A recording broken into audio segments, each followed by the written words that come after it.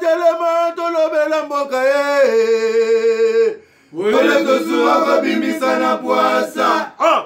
Badepite tovotaki bazo salarien, bazo salarien.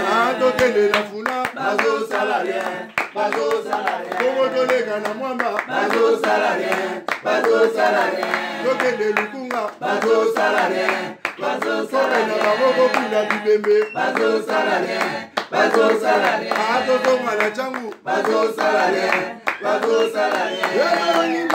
Bazo salarien, bazo salarien.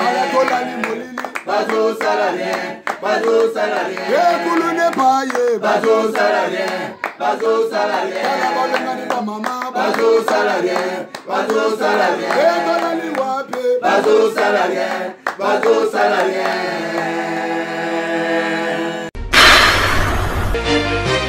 Ouais, monde entier, ça c'est le roi du phénomène qui subit. Vous avez dit trop. Ça là, on a mis le mot. Tu n'as pas de vidéo anniversaire. On a subir. La scène est venue le comoko. So vous savez en gros, vous avez plaisir nanga. Bisognoso, tous abonnés. Na Bakinois Balobi TV. Bakinois Balobi TV. So vous savez en gros, vous abonnez. Bisotu. Na Bakinois Balobi TV. Ils ont le droit de pesinga. Ils ont mon scène est venue. Oh non, ça peut vous savez nanga. Na opesa bien. Merci.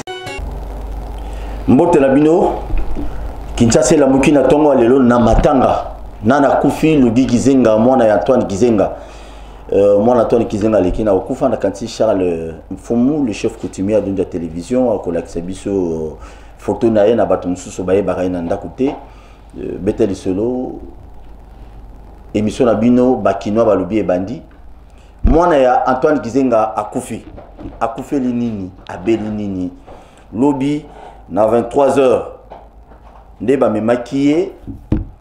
maquiller na clinique Ngalema komikuna na ba 23h45 de Lugi Kizenga akufi. Alors tout pour tout moment ba détail mususu to linga ki to benga moko ya ba proche ya Palou avant de présenter ba invité na ngai bien qu'invité à gauche déjà boye bien oya telemela fati to éviter ceux qui pour nani ka pose wa poste to ndé ndingi système akabi les avec telemeli aux 8 postes. Alors bonjour ndeko tozali en direct Lugi Kizenga akufi okobe télévision le solo rapidement ce qu'on ndenge Lugi akufi qui peut remplacer?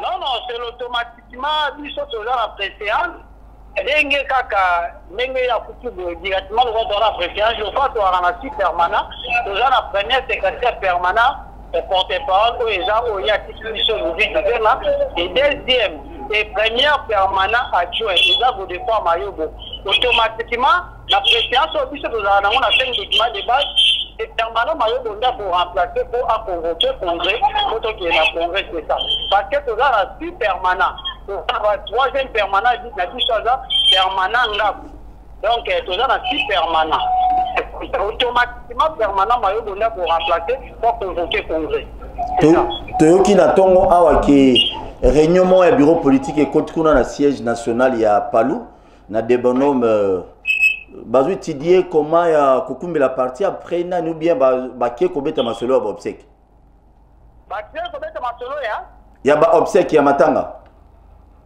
non masolo ya matanga na invitation na comprendre la question na yo lelo déjà si to comme ba 15h je pense parce que dans la province je pense bureau politique les autres a déjà réunion pour faire sa programme en matin. Mais on a remplacé plus directement le canal de Géloba. Si 15h déjà bureau politique les autres a fait sa réunion sur matin en ligne, c'est ça. Ok. Merci beaucoup. On a comme équipe ya Bakinois Balobi na ba téléspectateurs na biso nyonso ceux qui sont là koko sur ma biso l'exception photo à Lugi Kizenga ça la bien te présenter ma condoléance na parti politique Mobimba na éviter sur moi liloba na militant na bino ya Palou. Non, liloba pour le Ezali pour la catastrophe biso ba militaire pendant ba militaire à Palou to yebi ezama wa ekwe na ma biso ba nationaliste et même pas 2 ans autour de faire des pariages Antoine Kizenga ou azalaki baoba munene na kati ya Congo et puis azalaki grand cordon à Palou et deuxièmement to yé pour faire des choses secrétaire permanent et secrétaire général AI et 17 ans à Kizenga donc ma watoza na biso ba militaire to za la kimia ba oyo bazaki o politique ko côté ko solution pour une mabiche ça nous attendons là permanent na biso na kimia oyo azat secrétaire général ai na kimia maoza na mitema na biso ba nationaliste c'est ça ngape na 2019 botono. Merci beaucoup Ndeko. Photo bozomona wana Lugi Gizenga mutu atikala ki na mutu ya Palu parti ya Antoine Gizenga azalaki pe mwana pe ya Palu ya Antoine Gizenga aleki na kokufa akufa mukolo lobi na 23h45 na clinique Ngalima na banzete boyebi ba parti na biso papa kufi mwana tikali awa tango ya kufi rapidement na gauche na Ndeko nenga kufi boy Palu pe kufi libela apparemment. Bon, on a présenté d'abord ma condoléance ma famille les alliés bon quoi y a ba parti on a demandé quoi apprécier pas en termes de pratique mais en termes d'idéologie parce qu'ils allaient l'un des partis au bas mettre l'accent sur la formation à bas cadre et tant que papa Gizenga kufa qui bon avant que papa Gizenga kufa Palu déjà kufa nango parce que les alliés qui sont sur na sisme idéologique était bah comment plus bah affairiste Moni Kabila Sogazana pour sa pouvoir il a tenté de détruire les partis Palu déjà et kufa penza en tout cas kufa tant mon papa a Koufi moi n'a remplacé et puis le lendemain a Koufi question on est à comprendre c'est comme si moi n'a pas remplacé mais c'est qui est vrai heureusement balobi que va tout sous bazali mais tant que maintenant ba pesanteur il y a ba famille et kokota tant que kokota mamba bikolo maramba ya lokota pour au moins créer des ordres écrire vraiment des ordres ma partie le quoi Palu ya kalezala sauter oyo comment partout bar FCC. OK. Na droite na biso tozali na maître Grégoire Minga donc na bato baebi Minga bakombo wana bakota babosha bizara Minga Chang mais yakati Minga talara to na Kinshasa bon maître. Merci tout va bien qui mezali FDC FCC Botolo Bino et FDC na bino bon avant cela moi le loba pona Palu hein ndenge ba perdre mutu na bonga munene talara akei. Effectivement, d'abord, nous avons présenté mes condoléances à toute la grande famille lumumbiste pour la perte de mon aîné et le secrétaire permanent à Bango, tout en souhaitant qu'après lui, les choses se passent bien, dans le calme et avec maturité. Vous assure. C'est un souhait. Nous souhaitons que Makambo Salema bien, nous devons quand même grandir et tout le monde que papa a Koufi, moi na Koti, après moi na, il faut moi na Akota, des choses pareilles, comme de Kouti Oloba, Bakota, oh non, il faut moi équilibre géopolitique, il faut ceci, donc, il faut R Moko, ko bannir Yango, ko tia en avant l'idéologie à partie, soit combat, vision, besoin pour la société, et c'est ça qui va profiter aux Congolais. Ce n'est pas ces analyses qui sont purement subjectives, et qu'on salisse à Mbokate. Merci beaucoup. Tozala bande on a biso balanda biso mingi na YouTube na chaîne biso bakino balobi TV ndeko Shikito Mouchachino depuis Paris, depuis Mama Kalanga depuis Belgique, Guilemassa Kabamba Sheba na Afrique du Sud, na Roger Diaye ndeko na biso azana présidence mais à santé des bien. Ndeko rapidement maître Grégoire FDC L FCC FDC El Bahati Tomoni Banduzi Bakati Babinono Bato FCC Bazana Ndingisate ya kozalaka na masolo wana on fait que expliquer na bato balanda biso po bato bele babenga babi to na besoin de FCC expliquer ya FDC ya Bahati to ya ngambo nene kulu expliquer biso qu'est-ce que c'est passe qui va gagner et qui va perdre. D'abord il faut bakuna bayeba que FDCA ezalaka moko ezami balete. Bon, le débat où ezali le lot dans l'opinion publique, ezali débat moko corrompu par le mensonge et la tricherie, la mauvaise foi et la jalousie. Où ezo sala que Batouba créer moi confusion na mitu à Batou pour dire qu'il y a FDCA El Bahati, FDCA El FCC. Ce qui n'est pas d'abord juridiquement défendable, ce qui n'a pas un fondement juridique. FDC oyo mboka oyo yebi, oyo mikanda l'État yebi, oyo ministère intérieur yebi, oyo seni a yebi, oyo ba congolais ba yebi. Ezali FDC dirigé de main de maître par le professeur honorable sénateur Modeste Bahati Lukwebo, que je salue en passant.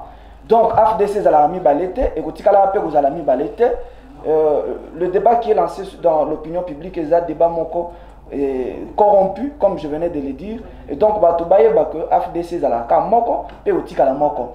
Et aussi, un correctif, c'est que jusque-là, justice Nam et Kati Likamomo côté, tout ce que vous avez vu. Mais les documents aux automnes, oui, les documents et la notification sur requête au regroupement présenter et introduire dans la Cour constitutionnelle, mais notamment aussi les appels dans l'action moko ezali na cassation.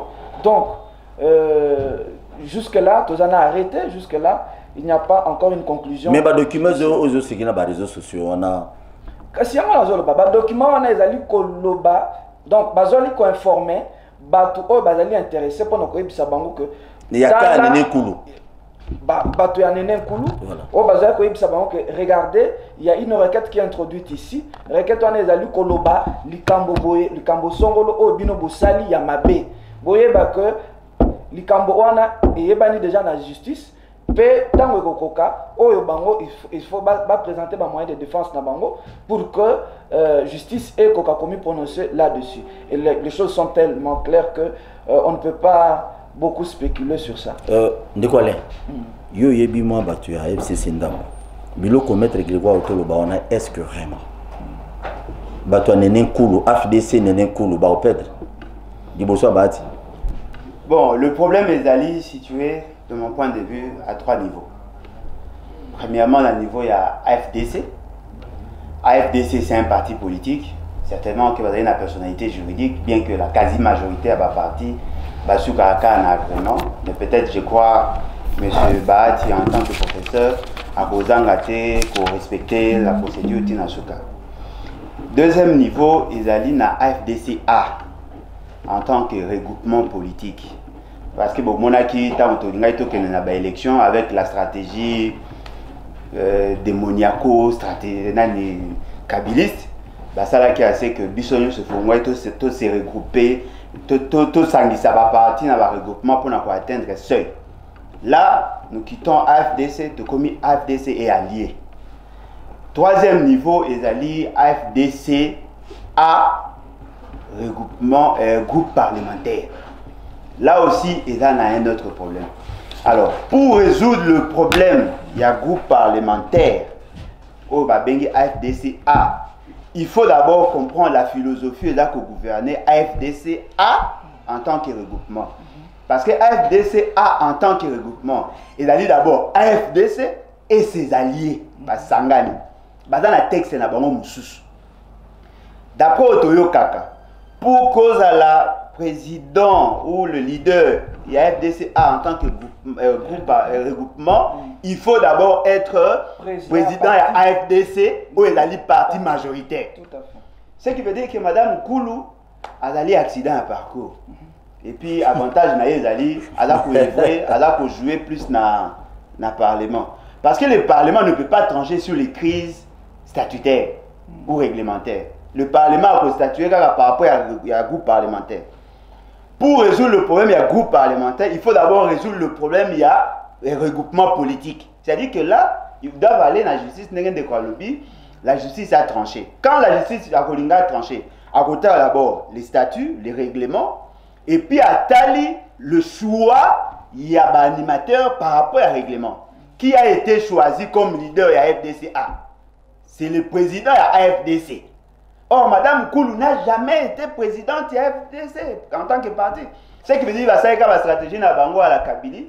Vous avez parce que tu as vu le parti belé au Balongwaka, au G7, au Longwaka, au FCC, au Parenaka, les lots au Balongier.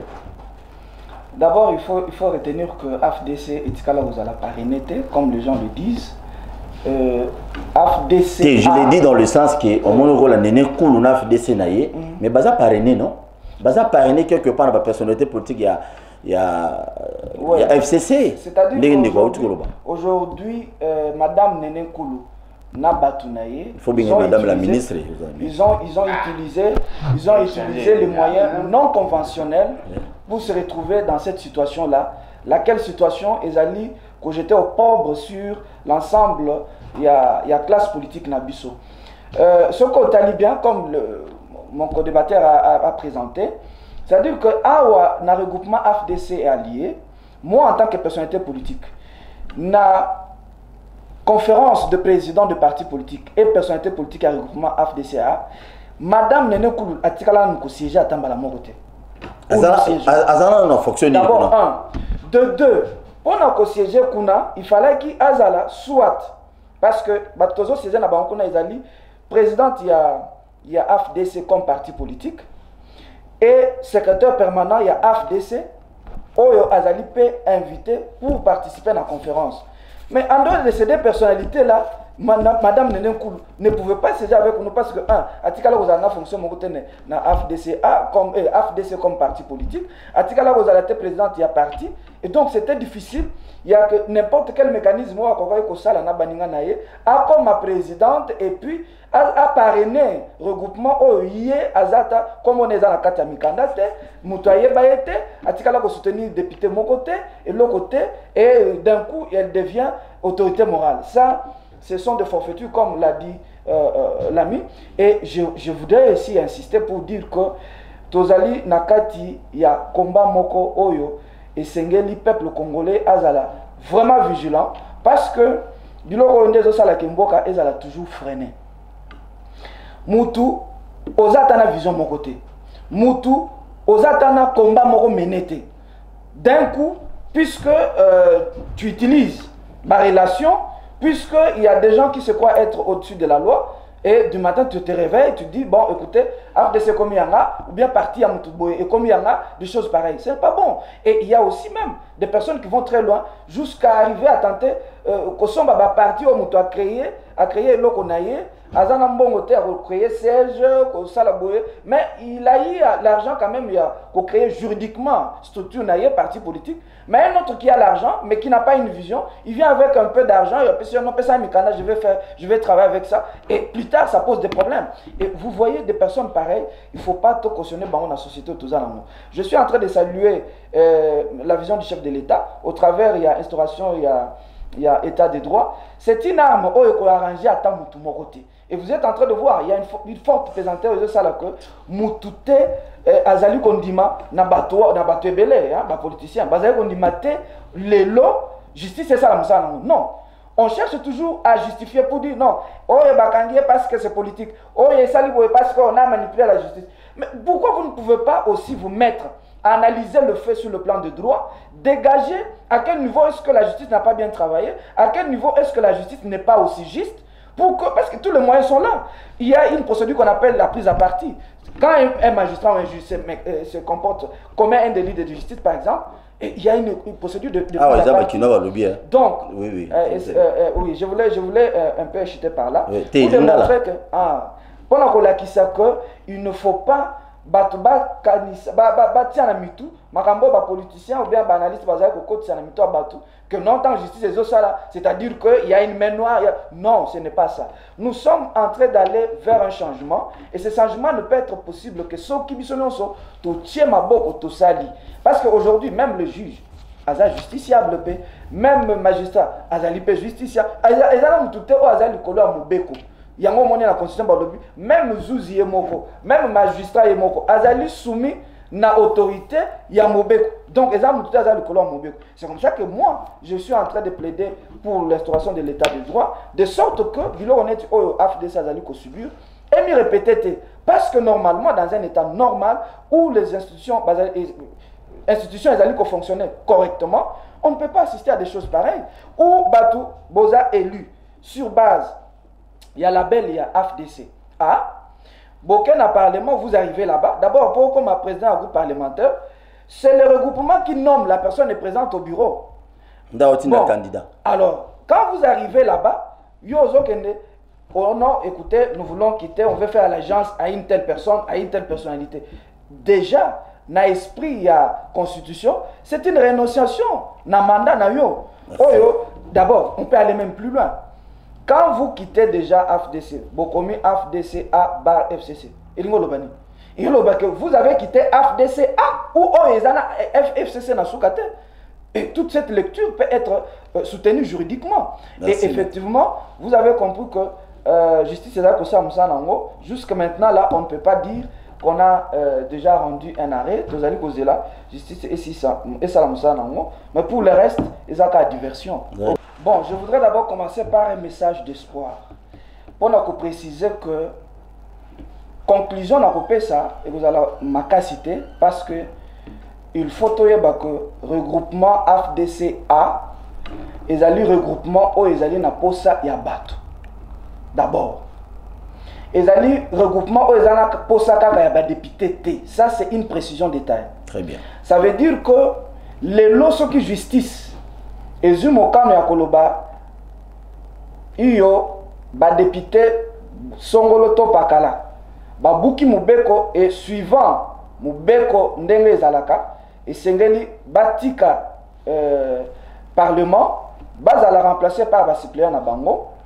Il y a déjà une disponibilité il y a qu'à recevoir bango na FDCA et pas il y a professeur Modeste Bahati Lukwebo parce que jusqu'à la fin il a dit que lui n'est pas un homme violent, il n'est pas tricheur et il n'est pas un homme jaloux, il a besoin de tout le monde. Moi j'aime beaucoup. Attends, on a bien minga parce que natanga ba côté na bango donc ça l'a bien ka na côté na mutu ba côté kuna rapidement ndeko. Oui, moi le lobapé à Bokabwani. Il a réagi sur ce que Ndeko lobby. Le professeur Modeste Bahati n'a jamais été quelqu'un nandenge où il a insinué. On les alliés, comment on appelle, recette, il y a Bandeko, il y a FCC, ou la période de campagne, on va utiliser pour nuire à sa personne. On ne l'a jamais vu dans la PDC à Zoloba, on ne l'a jamais vu dans MSR. Ce sont simplement. Abi Kabila, Salagi Kakabongo na. Non, il parlait du professeur Modeste. Non, Abi Kabila. À Panza Babilo. Ah, ok, d'accord. Bon, le prof a une position correcte. Position na ezali position il y a un homme juste. Tango na assemblée kuna tango ba député bazokota au début batu na bango yo okozala wapi okokende na ngambu ya mwasi to na ngambu ya mobali elingi koloba opposition to na majorité parlementaire biso ba député na biso tolobaki toza na majorité nezo profiter na chef de l'état non ezo profiter na muto azali na vision azali ko kamba vision ya mboka. Alors comment est-ce qu'on pouvait, tout en étant déjà ensemble, tant aux ana bandeko FCC, la majorité parlementaire, tout en a tendance toujours à ne pas de quelle manière, donc ça n'a pas une logique. Merci beaucoup. Donc, ah oui, ça a un problème, il y a mon thème mabe, gestion mabe, il y a ambition, parce que politique et alité, tu es vendre dans l'église, au pessimiste et si les plutôt kabani non. Bato bazali na mandat ya mboka pour rencontrer aussi Mutuatuni Mutuna baza élu pour un travail quelconque. Alors, mais yobino boeli ba député et puis vous posez la question bazali ko bunda po na ba intérêt na bango. Mais est-ce que bato ba mitié bango ko bien ils ont été élus. Alors, ils sont élus pourquoi? Donc, je comprends que nous avons un problème, il y a quoi indiquer population nabiso sur fonctionnement de l'institution, sur l'impact ou le retour. Et ça, c'est ce que nous avons comme problème dans ce pays. Chaque matin, nous a mis improvisé, il dit de n'importe quoi, il quitte, et les gens sont plus sensibles. Mais les gens qui amènent des leçons, qui amènent par exemple notion éducative, en tout cas, ça n'intéresse pas beaucoup. Merci. Et c'est l'État qui devait prendre le devant pour expliquer intérêt à peuple ko za na kati ya assemblée ndenini peuple ko comment intérêt na gouvernement ndenini intérêt à peuple ko za na justice ba tu vas comprendre ba pouvoir non soit ba intérêt à l'état et à peuple ezawapi. Donc ici nous parlons des élus, nous ne parlons pas de moi par exemple, non, nous parlons des élus. Merci beaucoup. Moi le Bokabwani rapidement. Bon, le Bokabwani zaka que peuple congolais to landa ba fake news te loko batwazo comme ya lokuta o basali boye FDC ezami balé o nene kulu tout ça non nene kulu azali na document mon côté o ezali ko talisa que FDC zayaye ça c'est de un c'est connu de tout le monde et de deux FDC ezali regroupement politique o ezali kondima ko après décision ya justice nene kulu reste toujours militante ya nani ya FDC comme parti et par voie de conséquence Azalipe pour ça la partie na bandeko yonso ya AFDC a ya Modeste professeur Modeste Bahati Lukwebo. Donc il n'y a pas de problème, nous ne pouvons que pour le moment observer comportement et la justice jusqu'à la fin et puis nous reviendrons pour donner d'autres précisions. Merci beaucoup Ndeko Labiso Grégoire Minga Changa. Je crois que merci beaucoup. Je crois ce n'est pas lundi, mardi prochain pour Tobetane Masolo car il y a AFDCT mais Tobetape Masolo souhaite aller intérêt à Congo Ndeko na uti koloba parce que émission na biso Tobeta Masolo a intérêt à politicien ici to lobela intérêt à peuple. Vraiment une fois de plus te pécho merci. Merci beaucoup. Tokutana yo mardi to lundi sur hier soir zongité. OK. Merci. OK. Merci. Deuxième sujet la biso Ezali Boy. Gouvernement congolais. Nathan mwana mboka onde na biso Stéphane Azali journaliste na ZM télévision na émission Tango Ekoki et les gars chaque lundi et vendredi à 17h. Gouvernement congolais ba defarambongo. Je crois que Stéphane a matière belé à expliquer biso lelo pour moderniser l'aéroport na biso. Mais à aucun moi selon malheureusement tu es na maquette en côté nenge zala qui prévu ba ton aéroport eza yangote.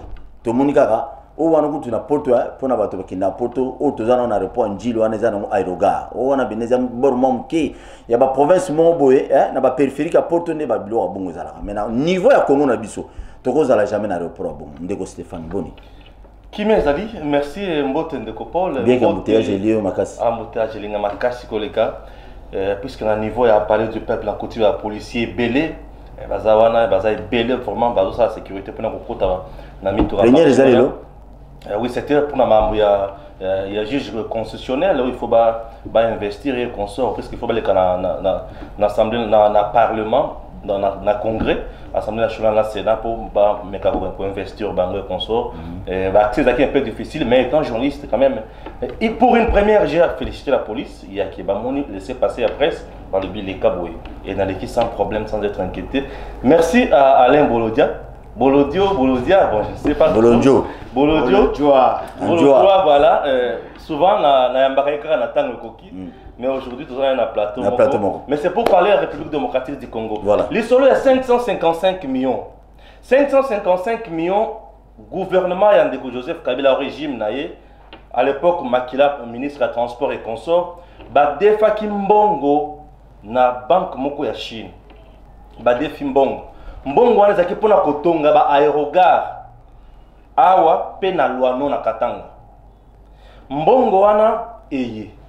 Et loko bango basali na mbongo wana eza nini bango basali kaka maquette na sortie médiatique na libanga o kabila poza esi mbongo elimwe et aujourd'hui c'est quoi c'est ça 555 millions pour na kotonga ba aérogare awa pe na Katanga na Luano. Ouais. Alors, et ça dit qu'on a 555 millions, on a vu ça Joseph Kabila, Bazui Mbongo, Basali Kaka maquette, Basali maquette, Basali sortie médiatique, Kabila Azuli Banga, Ake Atie, Aérogam, Balamoko Tongana. Et bon, il tombe à Manjilo. Donc, Likambo Yango Wan. Ah, mais tour de contrôle, on réflexionner mingi. Bah, il salon, moko, disons salon présidentiel, VIP consort. Mais bah, aérogare wana ne tonga mate. Moderne. Non, ne tonga mate. Or, n'a plus loin, Nathalie, bande on a vu sur Brazzaville. Avec 170 millions, bah tongi bah aérogare. Oh, les akitok, même les avions, bah B380 et go kitatiwan.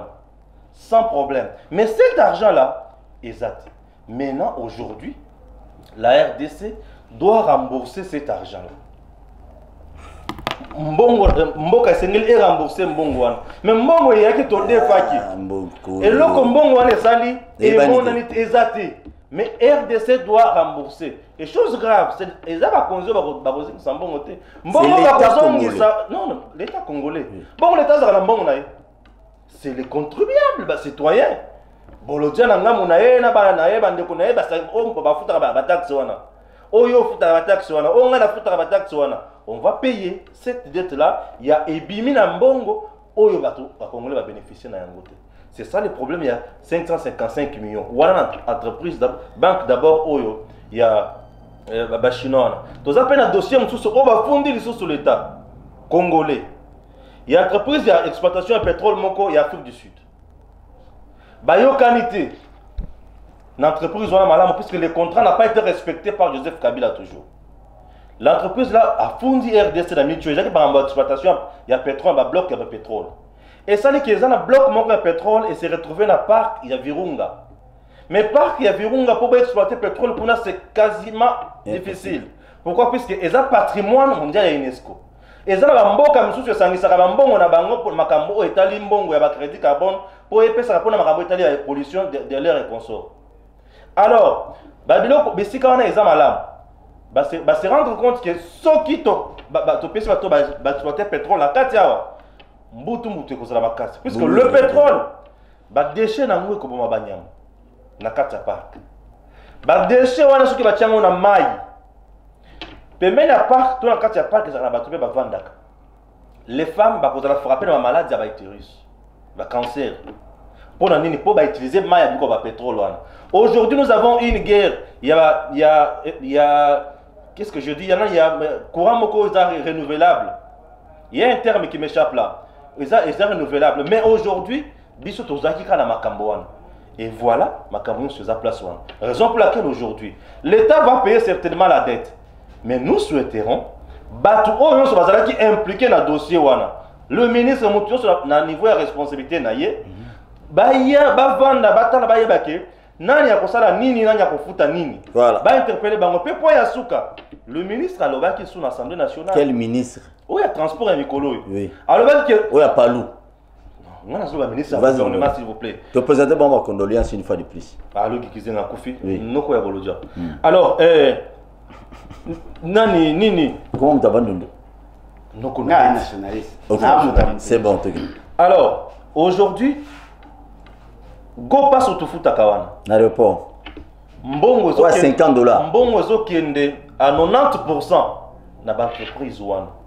Na ba entreprise oyo na ba société wana 555 voilà. millions. Mbongo zo kende.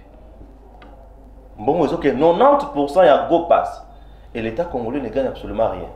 Bref, bango bazo futi saka go passe. Ndeko na ngale. Ah oui, ça félicité hein. Ah ce que vous avez dossier hein, régime passé. Ah bon? Réaction na ça problème RDC. C'est pas ma régime. Bateau bazoa qui non, bateau bazoa qui mongo. Ils ont félicité quand même. Dans l'État, on n'est pas obligé à réfléchir. Dans l'État, ils ont quota la structure, les individus passent, les structures restent, parce que la dette, ils ont marqué na Kabila, manque à gagner.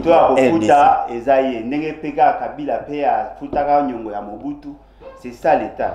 Voilà. Mais là, ils ont vrai, ils ont dit que ngai na koka moité que le pays a mal géré.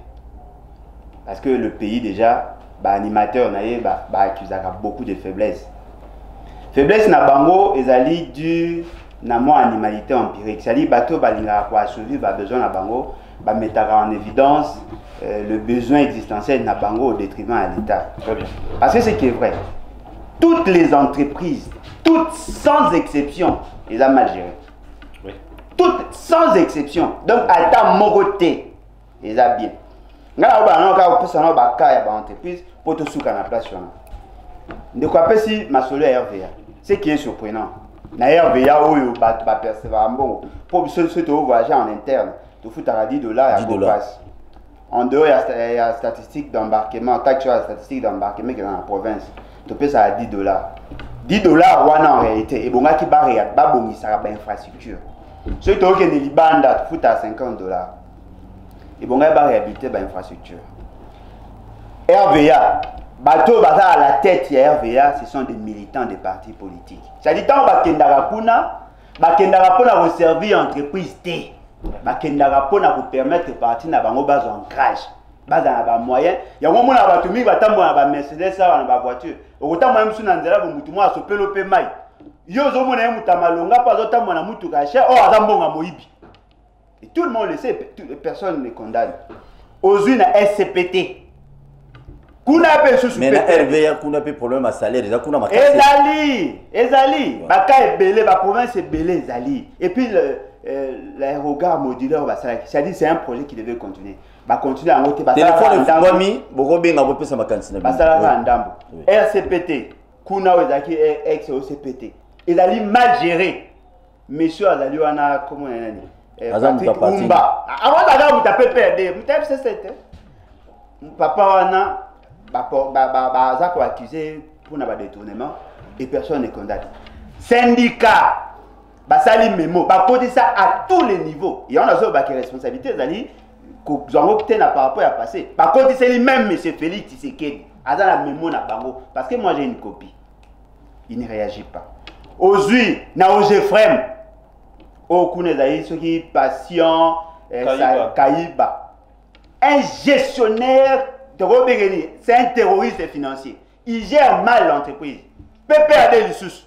Personne ne l'inquiète. Alors que Félix Tshisekedi est président.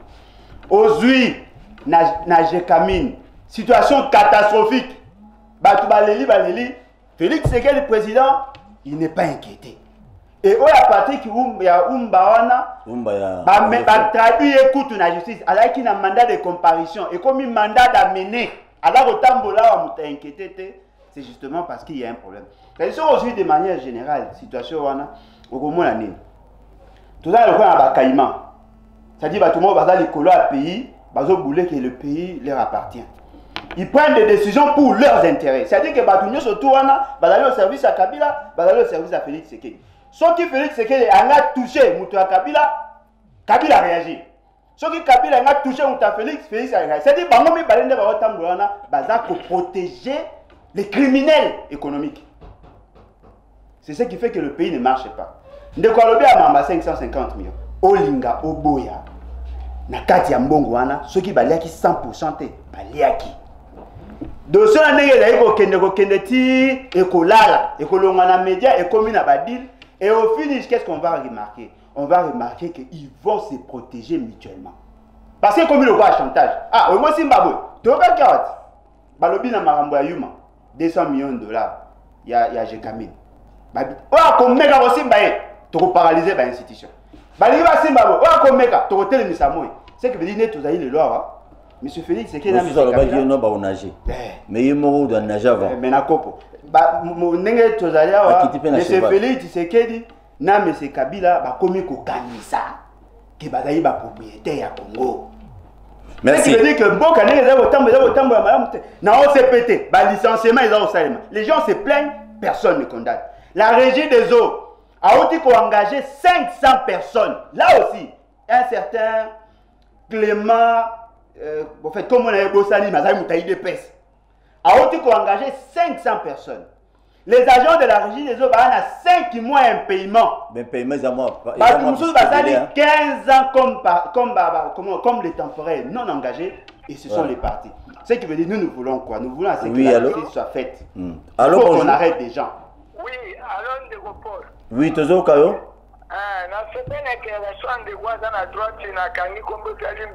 Ndego Stéphane. Il a été un peu clair. Parce que Ndego Stéphane, exemple à petit aéroport à Brazzaville, moi j'ai été là-bas. Ce qu'on a l'aéroport, aux hommes, quand même, moi ça va par rapport à Bisso. Et puis, na kosenga na yo ezate ke yo mutolobi ngai atake émission ba kinois mais ka kotela moi numéro moko na se à compte. Ata moi 100 francs ba kinois ba banda ko pour que et permettre yo pe au déplacer partout aux la biso d'information pour aux ana pour na biso d'ailleurs que mutosengi biso ba kinois. Kena biso moi numéro mo ya compte on va commencer Congolais dans 100 francs 200 300 000 selon besoin et monza ba pambola ye.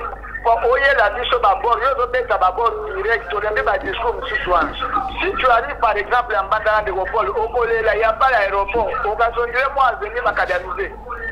C'est malheureux. Et moi, on a bateau qui est bazar vivant. Pêche à ce dossier. Tomber un dossier, par exemple, un procès de commencement, c'est pas bazar, il faut bazar et puis bazar vivant. Tout le monde a un bazar, ça va dans un bon wana. Bazar, ça 100 millions de dollars, n'a pas basengezi. mais tant le modèle congolais souffre de monanga c'est ça passe tu as besoin numéro 1 pour que tu vas se servir na et ça pour na tout tinda kayo OK les bisika et batama au bimisandenge na bakina ba de bimara kwa sawa merci. Merci beaucoup. Merci Ndeko. Tu retiens numéro à MPSA Lobby. J'ajoute un point là. Oui, na demande na bino hein. Oui. Merci. Merci Ndeko Paul, merci na Ndeko Alain Bolodia. Alain, merci. Pourquoi? Puisque aujourd'hui, je l'ai toujours dit, que ceux qui m'entreprise na biso ekufa. Les apôtres basés la biso ba gang, ba tient à la tête de l'entreprise, le criminel économique, les criminels politiques, bazawana ba yebi elo comme côté qui entreprise au niveau un vrai manager, si vous pardon, un vrai manager. Un vrai manager sur la petite entreprise en faillite à redresser.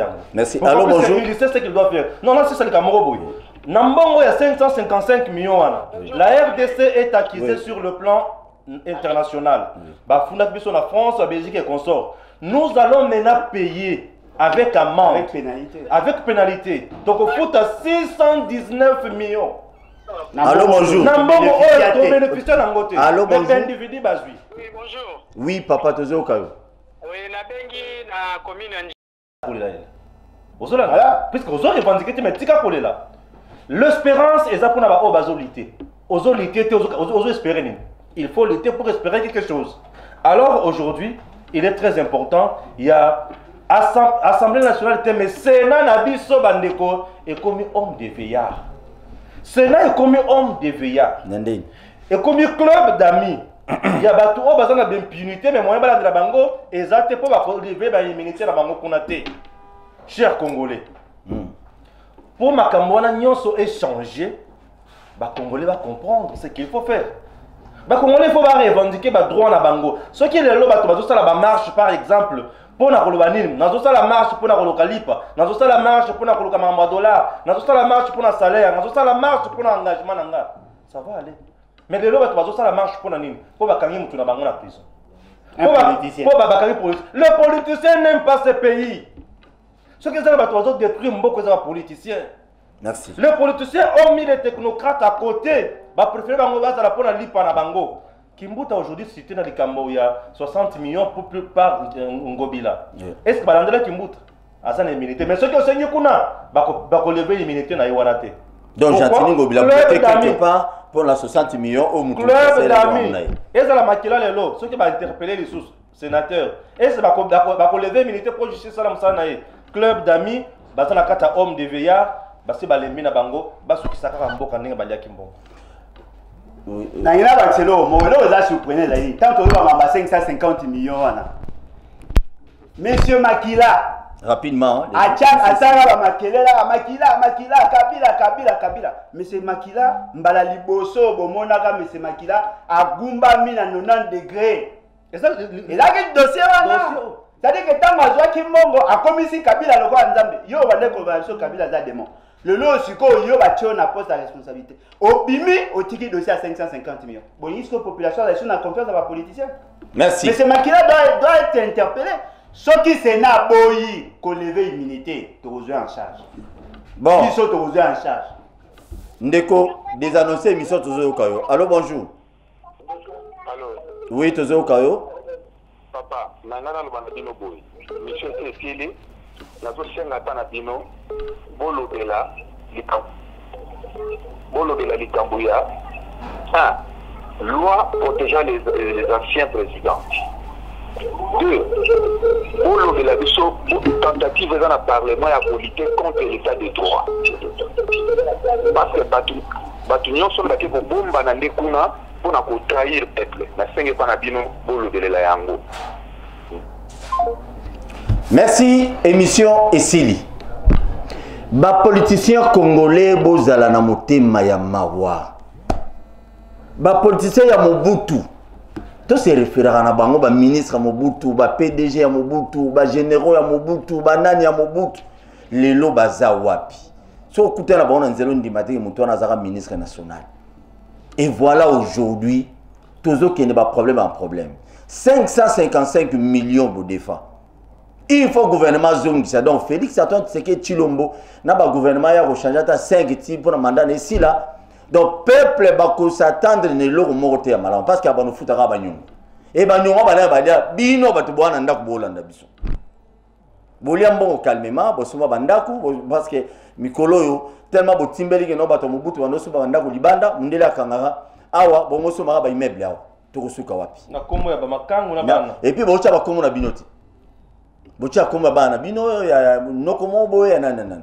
Vraiment tokosenga na bino bozala quand même na motema malamu oyo topesi pasteur Elou Kabeya depuis commune alimentaire na église na Bergerie topesi ndeko na biso David Kalalo alobaki to senga su bakiti ya plateau oyo te na télévision to hier oya nango tozo zela yo parce que temps ezokende to senga bakiti on avait besoin de chaises dossier à 100 jours ezanga caméra te dossier musu à 555 millions ya moyo voilà ndela bango pe parce que mbongo suke zongi pe moi ndama mbongo bango balia ezongi. Mais couvrir va problème belé. 10% budget. Les fonctionnaires belé bananda où il y a des gens qui ont des problèmes. Et puis la entreprise nazo chité wana. Dans l'entreprise publique, tu as besoin de les biso ba militaire ba parti politique. Parce que ce sont le petit peuple qui souffre. Moi on se ba do na ba parti na bino ezo ke no servi fonctionnement parti na bino bo kabola boliaka. Mais ba gens ba to produit mbongo wana ba se retrouver raté. Et ça quand même malamuti. Ba politicien. Cupidité au foot bino mabe un jour na mboka oyo. Vous allez partir comme mon boutiste Bakimara, Musée Laurent Désiré Kabila en comptant en 97. Topesi, merci. Na batu nyon so bolani biso na 4 coins. Na chaîne na biso ya YouTube, les amants repé à contribution na bino so bo s'abonner na chaîne na YouTube Akinoa Balobi, na Edem TV, oyande konanga Stéphane.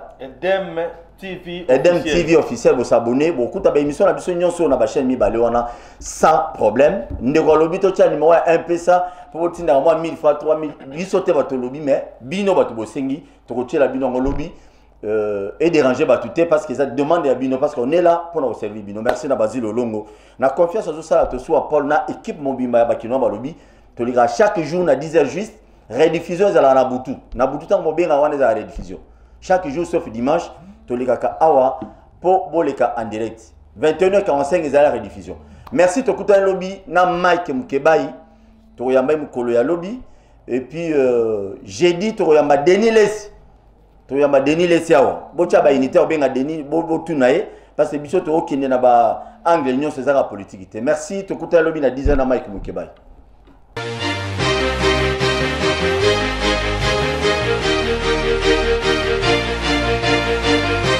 Ouais, monde entier. Ça, c'est le roi du phénomène qui subit. Vous savez, la biso trop. Ça, là, on a mis le mot. Tu n'as pas de vidéo anniversaire. On a subit. La scène est venue le mot. So, vous savez, en gros, vous avez plaisir. Biso, nous sommes tous abonnés. Bakinoa Balobi TV. Bakinoa Balobi TV. So, vous savez, en gros, vous abonnez. Biso tout. Bakinoa Balobi TV. Les gens qui ont été là, ils ont été là. Merci.